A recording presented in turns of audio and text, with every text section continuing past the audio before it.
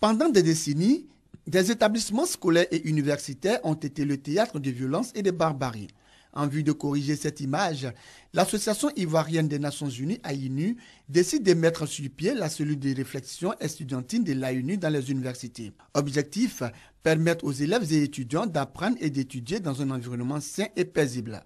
Ce jour qui nous rassemble aujourd'hui s'inscrit dans la matrice d'action de l'AINU, précisément dans ses missions d'installation des cellules de réflexion et de promouvoir la non-violence en milieu scolaire et universitaire. Cette cellule a été investie en présence de plusieurs personnalités, dont la vice-présidente de la Fédération mondiale de l'Association des Nations Unies.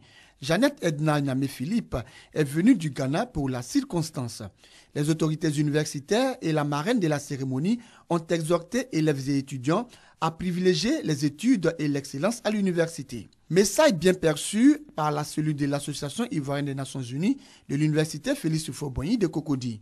Ses membres se disent prêts à sensibiliser l'ensemble des étudiants de l'Université de Cocody sur l'importance de la paix, de la cohésion sociale et de la réconciliation. Ils ont reçu de la part de la marraine Ama Maritewa des ordinateurs pour faciliter leur mission. Après l'université de Cocody, les cellules de réflexion des universités Nangu Abrouga d'Adjamé et Alassane Ouattara de Bouaké seront installées dans les tout prochains jours.